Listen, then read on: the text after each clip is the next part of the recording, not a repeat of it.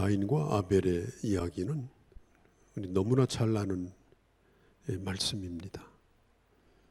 근데 주일학교 우리 선생님들의 아주 좋은 교육 재료이기도 하고 또 우리가 익숙히 알기 때문에 이미 다 알고 있다고 생각하는 말씀 가운데 하나가 바로 오늘 가인과 아벨의 제사입니다. 두 사람이 예배를 드렸습니다. 한 사람은 살인자가 되고 한 사람은 순교자가 되었던 아주 특이한 사건이 이게 바로 오늘 이 본문의 이야기입니다.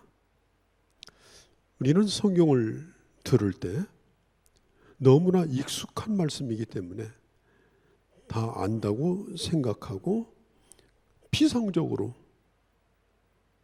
그냥 이해를 하고 있는 경우가 많습니다. 어떤 분은 심지어 오늘 목사님 서론 본론 결론 그것까지 다 꿰차고 있는 사람들이 있어요. 하나님의 말씀은 언제나 새롭습니다. 건강한 사람에게는 늘 밥이 새롭듯이 영적으로 건강한 사람은 어떤 말씀이든지 그 말씀은 오늘 내게 새로운 것입니다. 예수 그리스도의 십자가의 사건은 2000년 전 얘기입니다.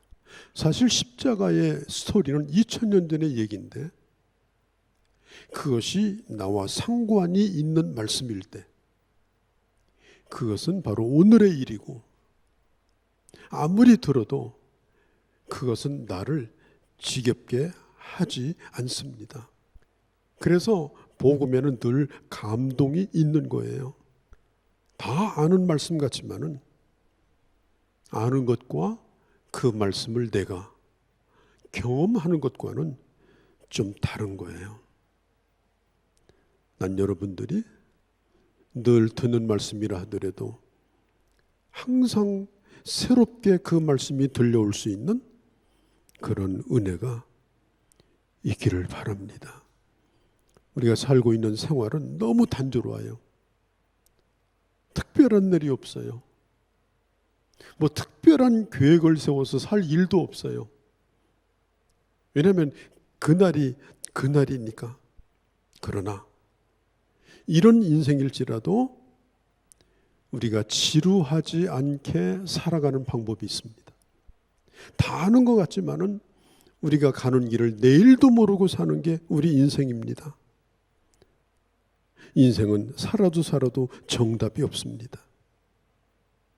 그러나 하나님의 말씀을 늘 들으며 그 말씀을 내 삶의 이정표로 삼고 사는 사람, 그 말씀을 내 삶의 표대로 삼고 사는 사람, 이 사람은 매일 반복되는 삶이지만 매일 새로운 인생을 살 수가 있어요.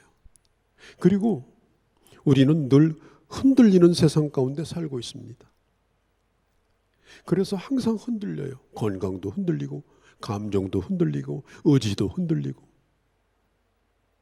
경제도 흔들리고 이런 흔들리는 세상 가운데 내 중심을 잡아주고 나를 서게 할 수 있는 것이 뭐냐? 내 안에 하나님의 말씀이 거할 때입니다. 그 오뚜기의 무게가 오뚜기를 서게 하는 것처럼 하나님의 말씀이 내 삶의 무게를 잡아주고 하나님의 말씀이 내 삶을 고정시켜주고 나를 붙들 때에 아무리 흔들리는 세상 가운데 산다 할지라도 우리는 언제나 말씀의 중심 안에서 우리는 안정된 삶을 살 수 있는 거예요. 저는 가끔 이제 교회 피아노 조율 하러 올 때 제가 옆에서 유심히 지켜봅니다. 그런데요, 피아노 조율을 할 때 그 조율 하시는 분들이 그걸 어떻게 조율하겠습니까? 피아노를. 그런데 제가 가만히 보니까 기준 음을 잡는 데서부터 조율이 시작되더라고요. 기준 음을 정확히 잡아요. 그 다음에 그 음에 맞춰가지고 위로 아래로 이 건반을 아주 세심하게 조정을 하는 거예요. 그래서 기준 음이 중요하다. 그 기준 음을 잘 맞춰야 그 음이 조화롭습니다. 좋은 소리를 낼 수가 있습니다. 우리가 인생에 아름다운 하모니를, 아름다운 소리를 내기 위해서 아주 중요한 게 뭐냐? 하나님의 말씀에 내 삶을 기준음으로 삼고 그리고 거기에 맞춰서 소리를 내게 되면 그게 찬송이 되어지고 하늘의 소리가 되어지는 거예요. 오늘 제가 이 가인과 아벨의 얘기를 하면서 이렇게 긴 이야기를 드리는 것은 성경은 동화 자료가 아닙니다. 성경은 얘기거리가 아닙니다. 성경은 오늘 내게 주시는 살아있는 하나님의 말씀입니다. 왜 우리가 영적으로 힘이 없는가? 옛날 얘기하니까 힘이 없어요. 옛날 얘기는 아무 힘이 없어요. 여러분, 열흘 전에, 며칠 전에 먹은 음식, 지금 그게 힘이 있습니까? 오늘 안 먹으면 배고픈 거예요. 오늘 안 먹으면 현기증이 나요. 신앙생활 옛날 얘기만 안 됩니다. 난 오늘 어떤 하나님의 말씀을 들었는가? 어떤 하나님의 말씀이 지금 내 삶의 중심을 잡아주고 있는가? 어떤 말씀이 내게 기준이 되었는가? 그 말씀이 새로울 때 아무리 지루하고 반복되는 생활이라 할지라도 우리는 날마다 새로운 생활을 할 수가 있는 것입니다. 가인이 드린 예배와 아벨이 드린 예배, 왜 성경에 이게 기록되어 있느냐? 하나님은 오늘도 우리 중에서 참된 예배자를 찾고 있다는 거예요. 우리 모두가 다 예배 드리는 것 같지만 하나님은 참된 예배자를 찾으셔요. 하나님이 받으시는 예배자를 찾으셔요. 우리가 천국 가서도 영원히 해야 될 게 뭐예요? 예배 드리는 거예요. 우리가 예배 드리고 있는 것은 하나님의 나라 가는 지금 연습을 하고 있는 겁니다. 뿐만 아니라 예배를 드릴 때 천국에서 경험하는 그 천국의 기쁨, 그 평안함, 하나님의 은혜, 충만함을 예배를 통해서 우리로 하여금 경험하게 하시는 이 축복이 바로 이게 예배인 거예요. 우리는 예배를 워십이라고 얘기합니다. 워십이라는 것은 가치 혹은 신분 이런 뜻을 가르쳐요. 예배가 뭡니까? 예배를 받으시는 그분의 수준에 맞도록 그분을 높여드리고 그분에게 존경을 표하는 게 예배예요. 예배는 내 감정풀이가 아니에요. 예배는 청구서 가지고 나와서 하나님 앞에 펼쳐놓는 시간이 아니에요. 내가 예배드리는 그분이 누구인가를 알고 그분의 수준에 맞는, 그분의 성품에 맞는 나를 드리는 예배를 통해서 하나님 앞에 영광을 돌리는 것입니다. 예배의 감격에 빠져라, 이런 책이 있습니다. 김남준 목사님이 쓰신 책인데 그 책 가운데 보면 아주 재미있는 얘기가 쭉 나오는데 이런 얘기예요. 졸음으로 시작하여 축도할 때 깨는 수면제 예배, 시계바늘만 계속 쳐다보고 있는 종치는 예배, 설교는 외면하고 주보만 읽다 끝나는 독서 예배, 설교 제목 하나 기억도 못하고 끝나는 기억 상실증 예배, 하나님의 말씀과는 상관없고 기분 전환만 하고 가는 감성 예배, 이게 다 잘못된 거라는 거예요. 바른 예배가 뭐냐? 말라기서 구약성경 마지막 책인데요. 말라기서 보면 이런 말씀이 나와요. 내가 너의 아비일진데 네가 나를 공경한 것이 있느냐 그랬어요. 하나님이 이스라엘에게 묻는 거예요. 나는 너의 아버지다. 네가 참으로 나를 공경한 적이 있느냐?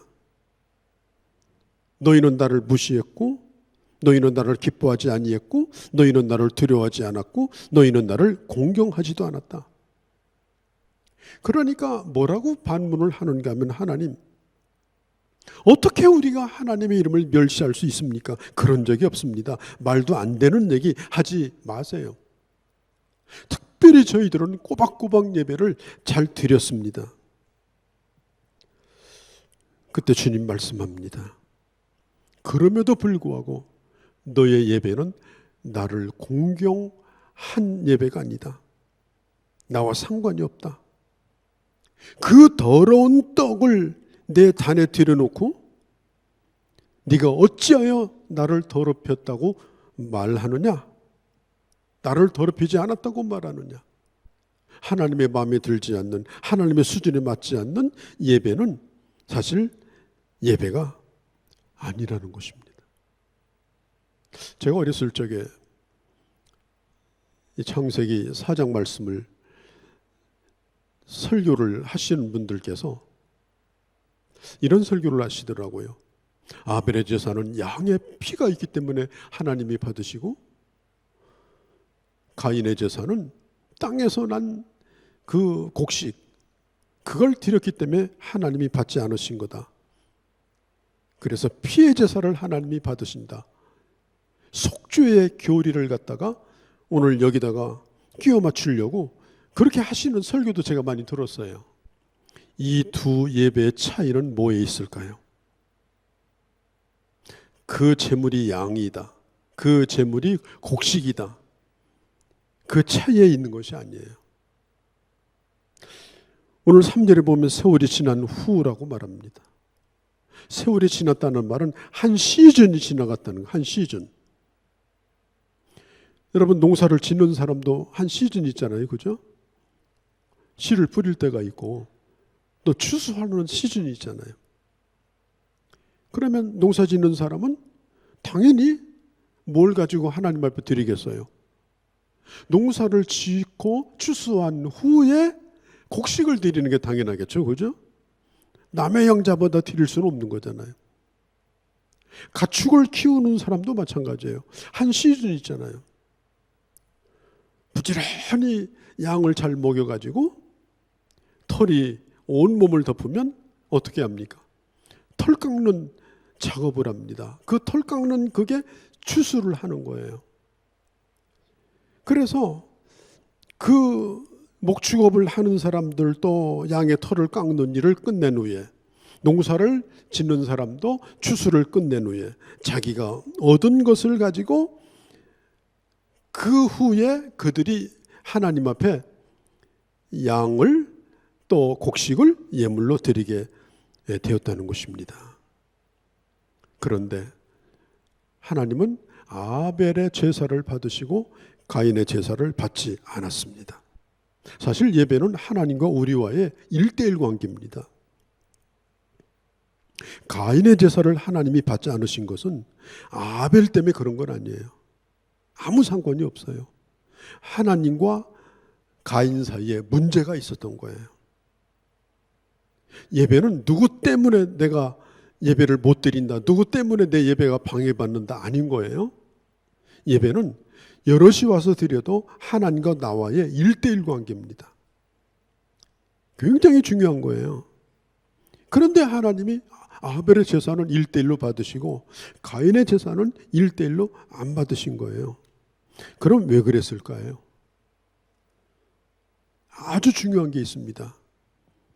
자, 4절에 보면 아벨은 자기도 양의 새끼와 그 기름을 드렸더니 여호와께서 따라서 합시다. 아벨과 그 제물은,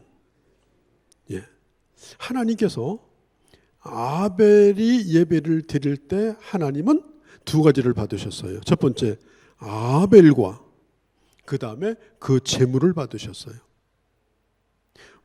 우리가 하나님 앞에 나와서 예배를 드릴 때 하나님이 뭘 받으십니까? 하나님은 우리를 받으시는 거예요.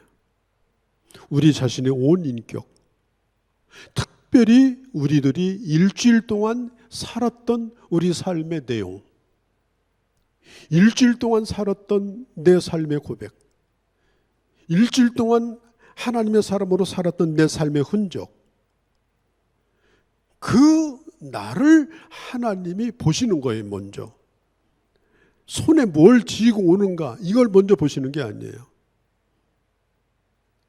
그 나를 받으시고, 그리고 내 손에 들고 온 그 다음에 제물을 받으십니다. 하나님의 관심은 바로 우리 자신이에요. 예배에 하나님의 초점은 사람입니다. 거창한 형식을 차려가지고 예배를 드리고 어마어마한 순서를 하고 그런 게 중요한 게 아니에요. 중요한 것은 뭐냐?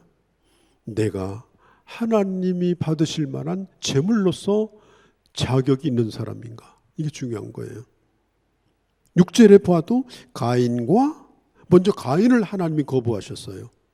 가인, 나는 너를 받지 않겠어. 그러니까 당연히 그 손에 들고 온 제물도 안 받으신 거예요. 우리가 확인하고 지나갈 게 있습니다. 하나님께서는 아벨의 제사에 피가 있기 때문에 받으신 것이 아니고, 아벨이 하나님 받으시기에 합당한 사람이기 때문에 그가 가져온 제물도 함께 받으신 거예요. 가인의 제사를 받지 않은 것은 하나님은 가인이라는 사람을 거부하신 거예요. 하나님에게 거부당하는 거예요. 몸은 와 있지만, 제물은 가지고 왔지만 하나님이 그를 거부하신 거예요. 그러니까 그가 드리는 제물도 결국은 거부를 당한 것입니다. 그러면 이 아벨은 하나님 앞에 뭘 가지고 왔느냐? 양의 첫 새끼와 그의 기름을 하나님 앞에 드렸다라고 말합니다. 이 첫 새끼라는 것이 뭡니까? 내가 꼭 간직하고 싶은 거, 이것만은 내 것을 삼고 싶은 거, 이것만은 내가 기념으로 내가 갖고 싶은 거, 내가 특별히 소중히 여기는 것, 그게 첫 새끼예요. 사람은 이 처음 것을 소중히 여기죠. 이 세상에 내가 처음 얻은 것들, 내가 처음 가진 것들, 그런 걸 기념하고 싶은 거예요. 그런데 아벨은 그 첫 새끼를 하나님 앞에 가지고 나와서 예물로 드린 것입니다. 다시 말해서 최선을 다한 예물이었습니다. 가장 좋은 예물이었습니다. 내가 탐내고 내가 갖고 싶은 그 예물인데 그걸 하나님 앞에 가지고 나왔습니다. 예배는 보는 것이 아니라 예배는 드리는 것입니다. 그래서 예전에는 우리가 주일 예배를 주정헌금이라고 그랬어요. 오늘 여러분 예배 드리면서 주일 헌금 하셨습니까? 주일 예배 때는 꼭 나와서 주일 헌금을 하셔야 되는 거예요. 예전에는 주정헌금 봉투를 만들어서 주일마다 매주마다 금액을 정해서 주일마다 주정헌금으로 주일 예배를 헌금을 드렸어요. 그게 옳은 거예요. 하나님 앞에 어떤 것을 드리든지 간에 내 자신과 함께 내가 준비한 그 정한 것을 정성을 다하여 드리는 거예요. 이 아벨은 바로 그게 첫 번째 것이었습니다. 하나를 보면 열을 안다는 말이 있습니다. 그 사람이 예배 드리는 걸 가만히 보면, 그 사람이 예배 드리는 태도와 그 사람이 하나님 앞에 드리는 그런 모습들과 태도들을 보면, 그 하나를 보면 그가 누구인가를 알 수가 있어요. 나는 하나님을 공경하지 않은 적이 없는데요. 내 생각은 그렇지 않은데요. 말로 되는 게 아닙니다. 그 태도에서 그게 여러분 나타나는 것입니다. 첫 새끼를 드린 것, 우리 주님도 말씀했죠. 하나님의 나라와 그의 의를 먼저 구하라. 우선순위의 문제예요. 모든 것 가운데 가장 우선순위가 뭐냐? 내가 하나님 앞에 드리는 예배인 거예요. 내 자신이 나와서 시간을 드리는 것도 우선순위고, 내가 가진 물질 가운데 하나님 앞에 드리는 것도 다른 것보다 항상 우선순위고, 그렇게 해야 그게 예배가 되는 거예요. 그런데 그런 영적인 실력은 어느 순간 갑자기 나오는 게 아니에요. 늘 평소에 그렇게 예배를 드리고 늘 평소에 그렇게 드리는 생활을 한 사람에게서 자연스럽게 나오는, 그게 예배의 열매인 것입니다. 난 여러분들이 매주마다 드리는 예배가 그렇게 정성을 다하여서 하나님을 하나님되게 하나님 앞에 온전히 드리는 그 예배를 드리는 것이 여러분들의 삶 속에 그게 젖어 있기를 바랍니다. 그래서 하나님의 예배를 드릴 때마다 여러분들을 받으시기를 바랍니다. 아벨을 받으시고 하나님은 아벨의 제물을 받으시고 아벨의 예배를 받으신 거예요. 가인도 오늘 곡식을 하나님 앞에 드렸습니다. 그런데 이 곡식을 드렸는데 하나님께서는 아벨은 1000양을 드렸다고 했는데 가인에 대해서는 특별한 얘기가 없어요. 왜 특별한 얘기가 없을까? 특별히 하실 말씀이 없으니까 그런 거예요. 우리가 하나님 앞에 예배를 드릴 때 하나님께서 특별히 하실 말씀이 있어야 되는 거예요. 하나님을 감동시키는, 하나님의 마음을 움직이는, 하나님에게 기억되어지는 그 한마디가 있어야 되는 거예요. 그냥 드렸더라, 그냥 그것으로 끝이면 그 예배가 무슨 의미가 있겠어요? 첫 새끼와 그 기름을 이렇게 성경은 기록했지만 가인의 예배에는 아무것도 기록하지 않았습니다. 그냥 드렸더라. 그래서 하나님은 가인도 거부하시고 그 제물도 거부하시고 예배를 받지 아니하셨더라. 로마서 1장에서 11장까지는 무슨 내용인가 하면 죄인이 어떻게 죄사함을 받고 하나님의 자녀가 되고 의롭게 되는가를 기록하고 있습니다. 그러면서 로마서 11장 끝에 보면 하나님이 죄인을 구원하시고 의롭게 하시는 이 놀라운 하나님의 구속의 역사는 이게 얼마나 큰 비밀인지, 이 얼마나 이게 높고 귀한 것인지 인간이 헤아릴 수 없는 거예요. 너무 신비로운 거예요. 그래서 이 주님의 구원의 은혜에 대하여 하나님께 영광만 돌릴 수밖에 없다고 로마서 11장 마지막에는 말합니다. 구원받은 은혜, 이거보다 큰 게 어디 있겠습니까? 그렇다면 12장으로 넘어와서 이렇게 큰 구원을 받은 하나님의 사람이 삶을 통해서 하나님 앞에 응답하는 최초의 응답이 뭐냐? 성경은 말합니다. 너의 몸을 하나님이 기뻐하시는 산제사로 드리라. 예배라는 겁니다. 구원받은 하나님의 사람이 하나님 앞에 드리는 최고의 하나님 앞에 드림이 뭐냐? 하나님 앞에 예배 드리는 거예요. 그런데 두 가지가 나와요. 너의 몸을 하나님이 받으시는 산제사로 드려라. 삶의 예배와 하나님 앞에 드리는 공동체의 예배가 떨어져 있는 것이 아니라는 거예요. 우리는 일주일 동안 이 세상에서 살면서 하나님의 사람으로 사느라고 힘들고 어렵고 고통스럽고 많은 고민도 했었고, 그러나 결국은 그 모든 걸 이겨내고 내 옷은 다 떨어서 너덜너덜하고 이곳저곳에는 상처가 나고 피투성이지만, 그러나 그 삶을 주님 앞에 가지고 나와서 그 삶의 예배가 공동체 예배로 연결될 때